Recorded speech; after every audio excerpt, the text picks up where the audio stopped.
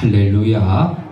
오늘 이 거룩한 주님의 날 주의 전을 찾아오신 여러분들을 주의 이름으로 축복하고 환영합니다. 자, 옆 사람과 인사합시다. 반갑습니다.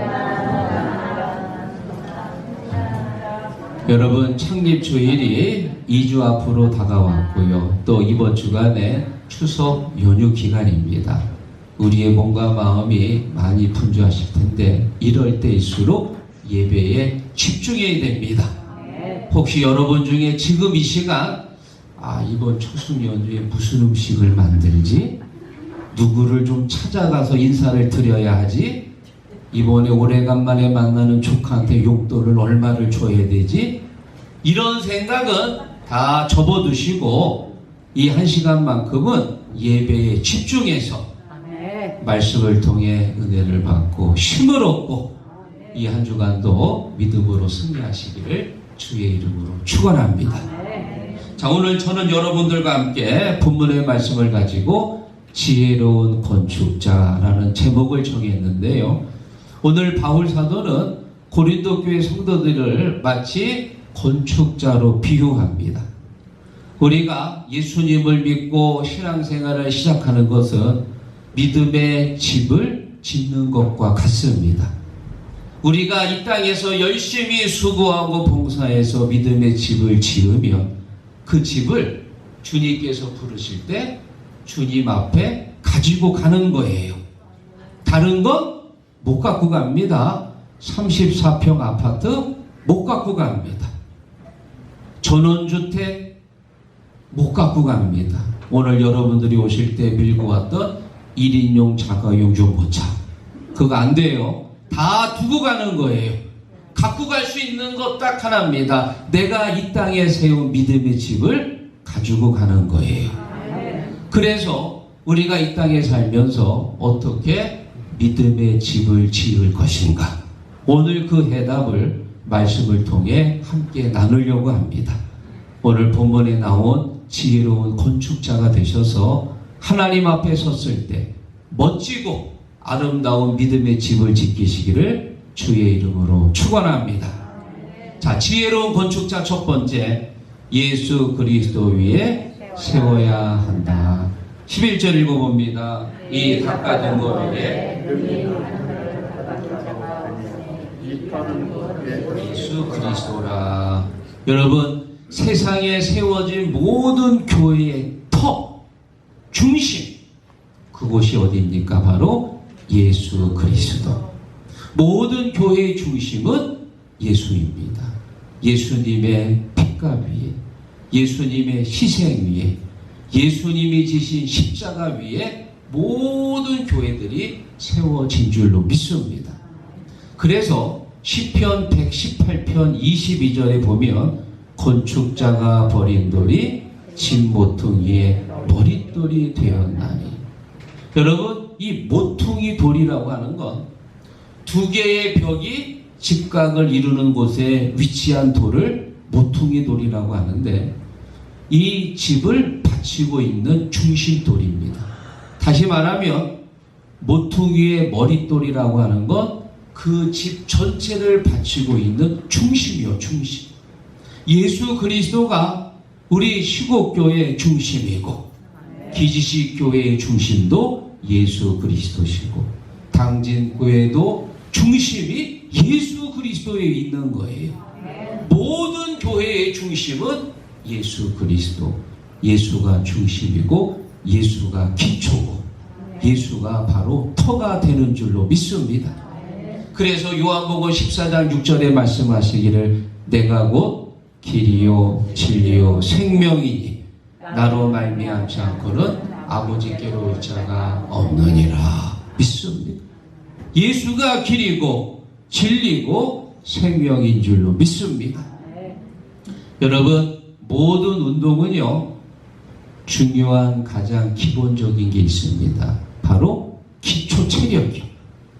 어떤 운동을 해도 뭐 야구 선수든 배구 선수든 권투 선수든 어떤 운동을 해도 그 기초 체력이 중심이 돼요. 기초 체력이 없으면 좋은 성적을 낼 수가 없습니다. 심지어 다 다트 선수도 마찬가지. 여러분, 다트라고 들어보셨지요? 끝이 뾰족한 화살같이 생긴 걸 관역에다가 던져가지고 맞추는 거예요. 제가 노인회관 갔더니 노인회관에 최신식 전자다트가 거기 있더라고. 여러분, 이 다트 뭐 누구든지 남녀노소 다 할 수 있는데요. 이게 보니까는 우리나라에 매 주일마다 글쎄 경기가 있더라고요.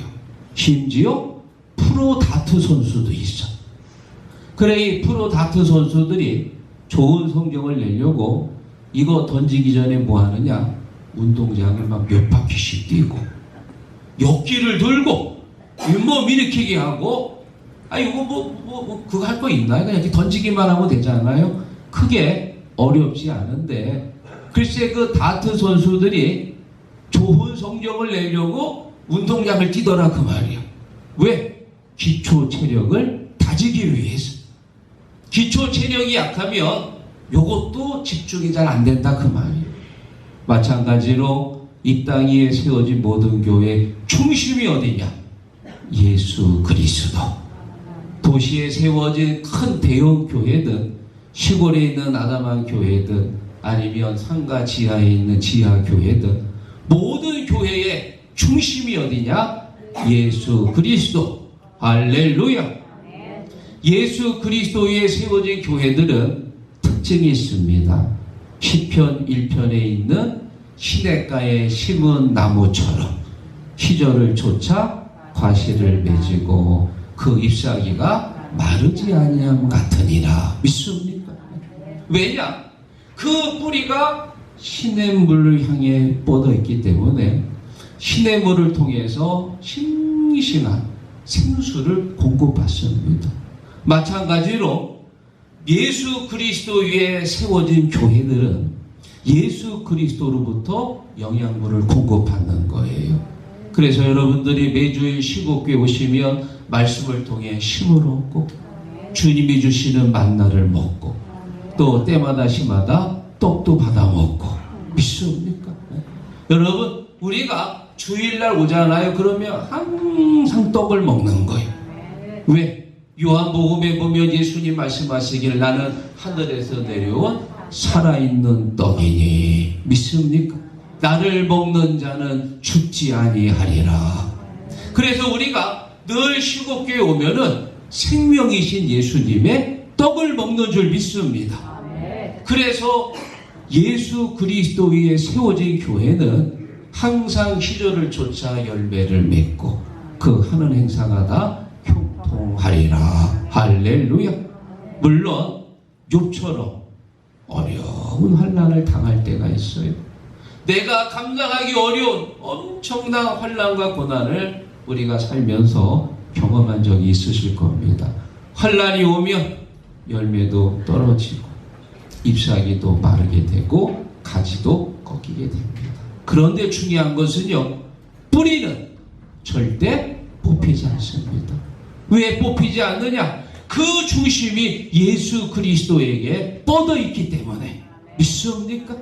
그래서 잠언서 24장 16절에 보면 의인은 7번 넘어져도 다시 일어나거니와. 할렐루야.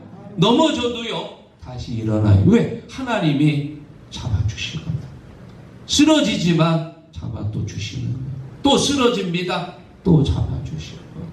시편 37편 24절 그는 넘어지나 아주 엎드러지지 아니함은 주께서 그를 붙드시리요.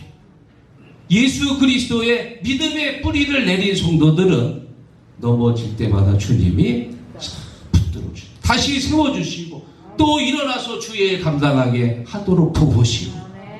사랑하는 성도 여러분, 우리 교회의 뿌리는 예수 그리스도도, 여러분의 믿음의 뿌리도 예수 그리스도 위에 든든히 세워진 줄로 믿습니다. 자, 그리고 두 번째, 지혜로운 건축자는 금이나 은이나 보석으로 세워야 한다. 12절 같이 읽어봅니다. 만일 누구든지 금이나 은이나 보석이나 나무나 풀이나 세우며. 여러분, 우리가 예수 그리스도 위에 터를 잡고 그리고 믿음의 집을 건축하는데 두 종류의 사람들이 있어요.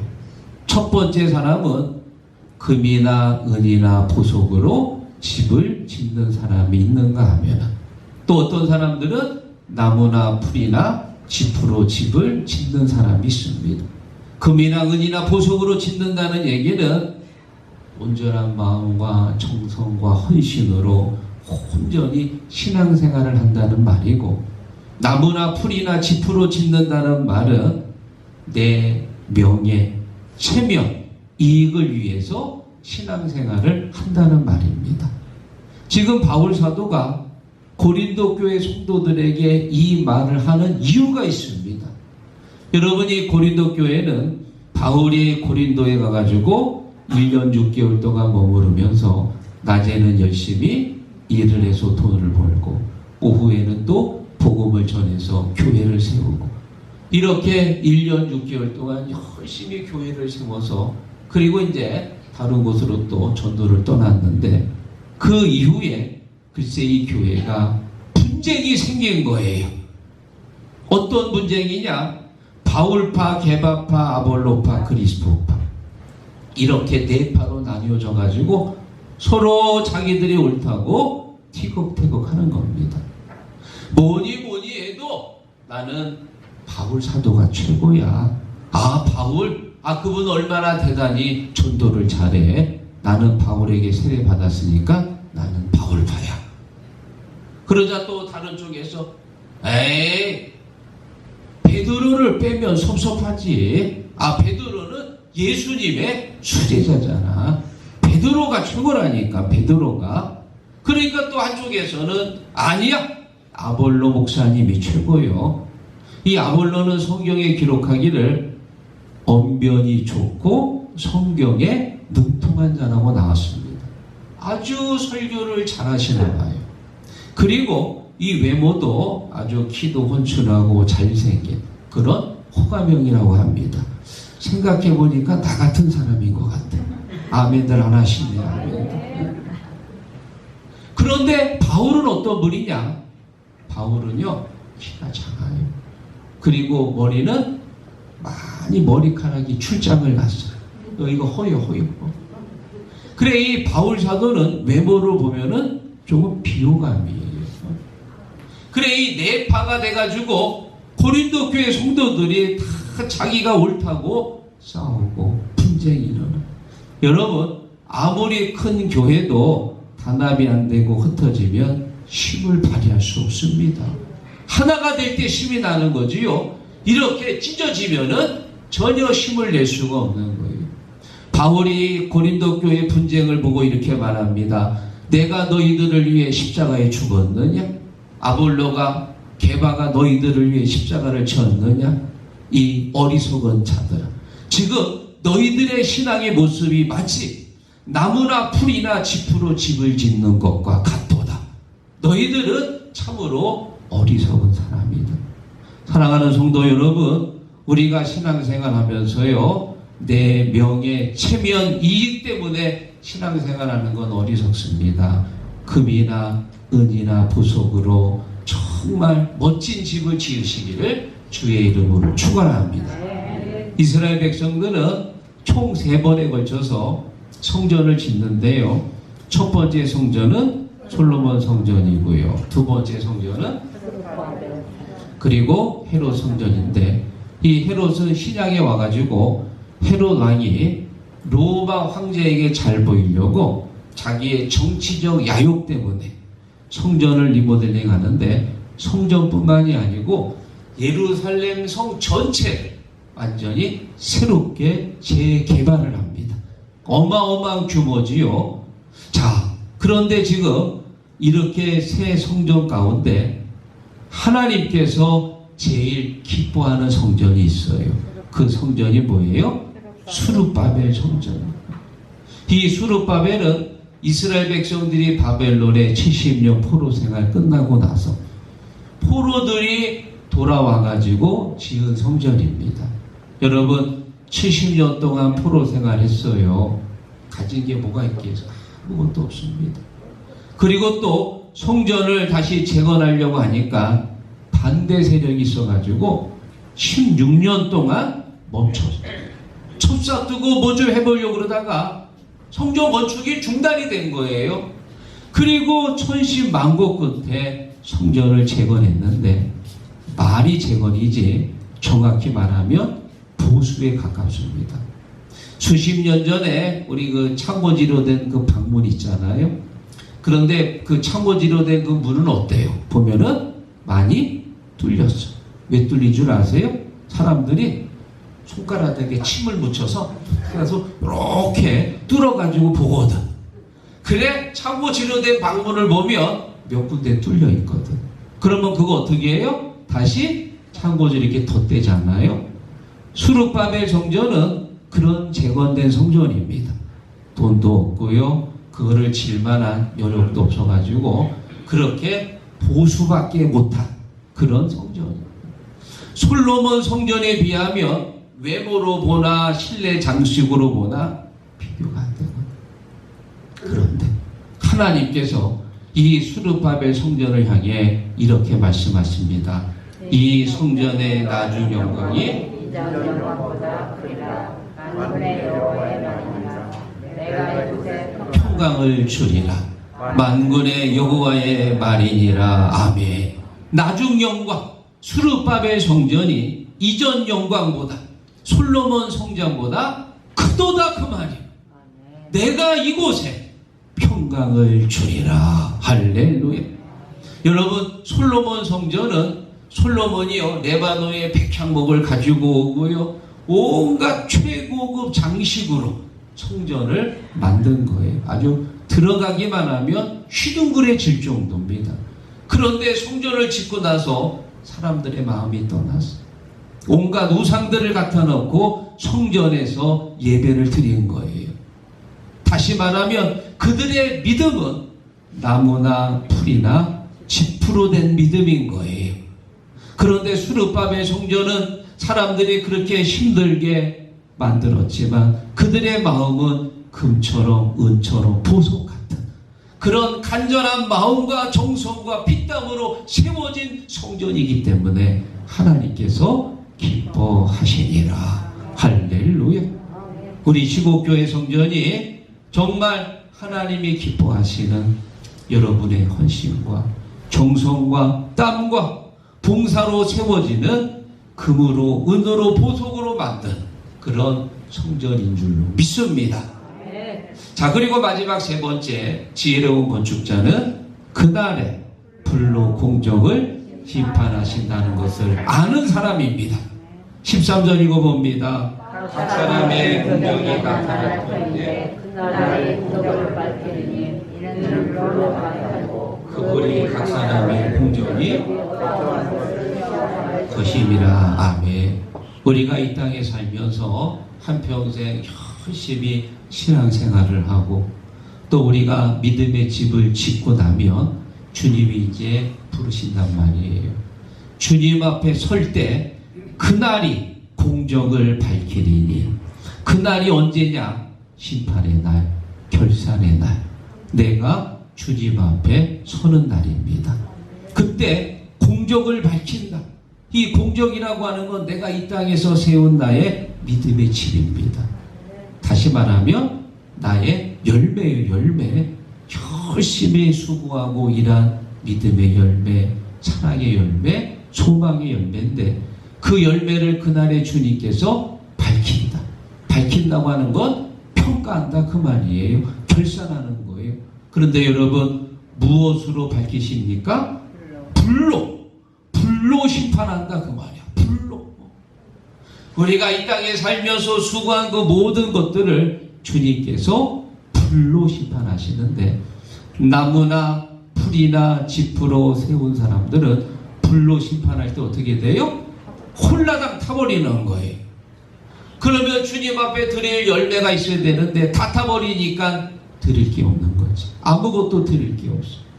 그런데 반대로 금이나 은이나 보석으로 집을 지은 사람은 불로 심판할 때 어때요? 안 탑니다. 끄떡하도 하지 않습니다. 건재하게 남아 있습니다. 그래가지고 그것을 주님 앞에 열매로 드리면 주님께서 기쁘게 받으시는 줄 믿습니다. 사랑하는 여러분, 만약에 우리 공적이 다 불타가지고 주님 앞에 드릴 열매가 없으면 그 사람은 구원 받나요? 못 받나요? 구원 받습니다. 15절에 말합니다. 누구든지 그 공적이 불타면 구원을 받되 불 가운데서 받은 것 같으니라. 공적이 다 불타버렸어. 주님 앞에 드려야 될 열매가 있어야 되는데 다 타버리니까 드릴 게 없는 거예요. 그럼에도 불구하고 주님은 우리를 불쌍히 여기셔서 그 사람도 구원하는데 어디에서 구원받는 것 같다고요? 불 가운데서. 불 가운데서 구원받는다는 얘기는 부끄러운 구원이 된다 그 얘기. 머리 글쩍글쩍. 아유 죄송합니다. 몸둘 바를 모르는 거지요. 주님 앞에 드려야 될 열매가 있어야 되는데 다 타버리니까 드릴 게 없는 거. 마치 예수님 오른쪽에 달렸던 강도처럼 마지막 죽는 순간에 예수님 믿었습니다. 오늘 네가 나와 함께 낙원에 있으리라. 구원 받았거든요. 오른쪽에 있는 강도 구원 받았습니다. 그런데 주님 앞에 섰을 때 드려야 될 열매가 있어요, 없어요? 아무것도 없어요. 평생 나쁜 짓만 하고 남의 거 훔치고 심지어 사람까지 죽여서 아무것도 없는 거예요. 그러면 구원은 받지만 그 구원이 부끄러운 구원이다. 사랑하는 성도 여러분, 우리가 주님 앞에 섰을 때 부끄러운 구원이 아니고 존귀하고 영광된 구원이 되기를 주의 이름으로 축원합니다. 오늘 말씀을 정리하면서요, 재미있는 이야기를 하나 준비했습니다. 우리나라 전래 동화 이야기 중에 아기돼지 삼형제라는 동화가 있습니다. 어느 마을에 아기돼지 삼형제가 살고 있었습니다. 어느 날 엄마 돼지가 애들을 불렀어요. 엄마가 친정에 가가지고 몇 개월 동안 있어야 되는데 엄마가 없는 동안에 누가 나타나요? 늑대 아저씨가 나타난대. 그러니까 너희들 잡혀먹지 않으려면 너희들 각자 집을 잘 짓고 그리고 문단속을 잘해라 하고는 엄마가 떠났습니다. 엄마가 떠나자마자 큰 형이 볏집으로 집을 짓는데 반나절도 안 돼가지고 후다닥 해가지고 져버렸어요. 그리고 둘째 형은 산에 가서 나무를 가져와가지고 못을 박아서 일주일 걸쳐서 나무로 된 집을 졌습니다. 그런데 막내는 돌을 고가지고 벽돌을 쌓고 시멘트를 발라가지고 튼튼하게 집을 짓는 거예요. 한 주가 걸리고 두 주가 걸리고 세 주가 걸리고.